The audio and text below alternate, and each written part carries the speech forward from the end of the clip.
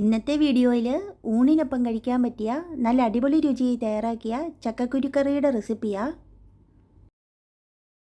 ആദ്യം മുരിങ്ങയ്ക്ക ഒന്ന് വേവിച്ചെടുക്കണം. ചെറിയ കഷ്ണങ്ങളാക്കി മുറിച്ച മുരിങ്ങയ്ക്കയിലേക്ക് ചെറിയ ഉള്ളിയും പച്ചമുളകും കുറച്ച് കറിവേപ്പിലയും ഇട്ട് കൊടുക്കാം.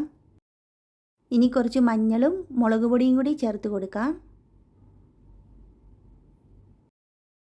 പാകത്തിന് ഉപ്പും വേകാൻ ആവശ്യത്തിനുള്ള വെള്ളവും ചേർത്ത് കൊടുത്ത് അടച്ചു വെച്ച് വേവിക്കാം.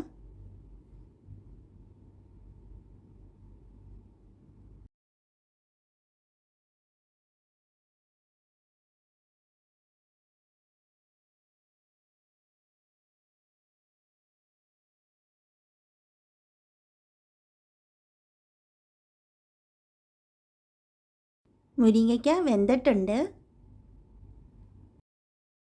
ഇനി ഇതിലേക്ക് വേവിച്ച് വെച്ചിരിക്കുന്ന ചക്കക്കുരുവും ചെറിയ കഷ്ണങ്ങളാക്കി വെച്ചിരിക്കുന്ന പച്ചമാങ്ങയും കൂടി ചേർത്ത് കൊടുക്കാം. ഈ മാങ്ങയ്ക്ക് പുളി കുറവായതുകൊണ്ടാണ് ഞാൻ ഇത്രയും പച്ചമാങ്ങ ചേർത്ത് കൊടുക്കുന്നത്. നല്ല പുളിയുള്ളതാണെങ്കിൽ ഇത്രയും ചേർത്ത് കൊടുക്കേണ്ട ആവശ്യമില്ല. ഇനി ഇതെല്ലാം കൂടി നന്നായിട്ടൊന്ന് വേവിച്ചെടുക്കാം.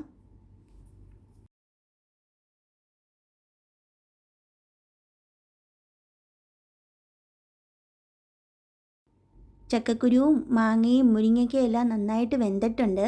ഇനി ഇതിന് വേണ്ട അരപ്പ് തയ്യാറാക്കിയെടുക്കാം.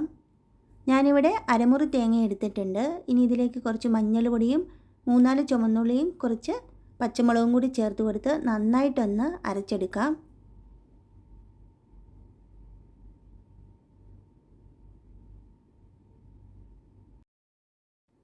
അരപ്പ് ചേർത്തിളക്കി ചെറിയ തീയിൽ 2-3 മിനിറ്റും കൂടി ഒന്ന് തിളപ്പിച്ചെടുക്കാം. കുറച്ച് ചക്കക്കുരു ഒന്ന് ഉടച്ചു കൊടുക്കുകയാണെങ്കിൽ ഗ്രേവി കുറച്ചും കൂടി നന്നായിട്ട് കുറുകിയിരിക്കും.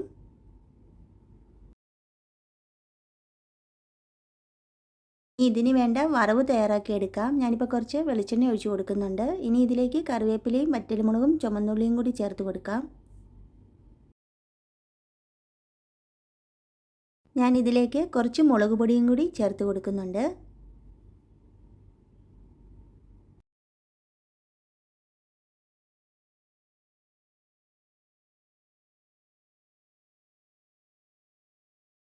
വറവിട്ട ശേഷം ഒരു 5 മിനിറ്റോളം അടച്ചു വെച്ച ശേഷം ഇളക്കിയെടുക്കാം.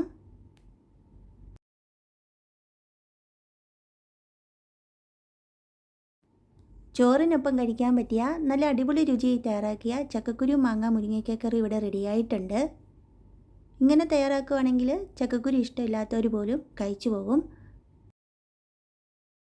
റെസിപ്പി ഇഷ്ടമാവുകയാണെങ്കിൽ എല്ലാവരും ഇതുപോലെ ഒന്ന് ഉണ്ടാക്കി നോക്കണേ.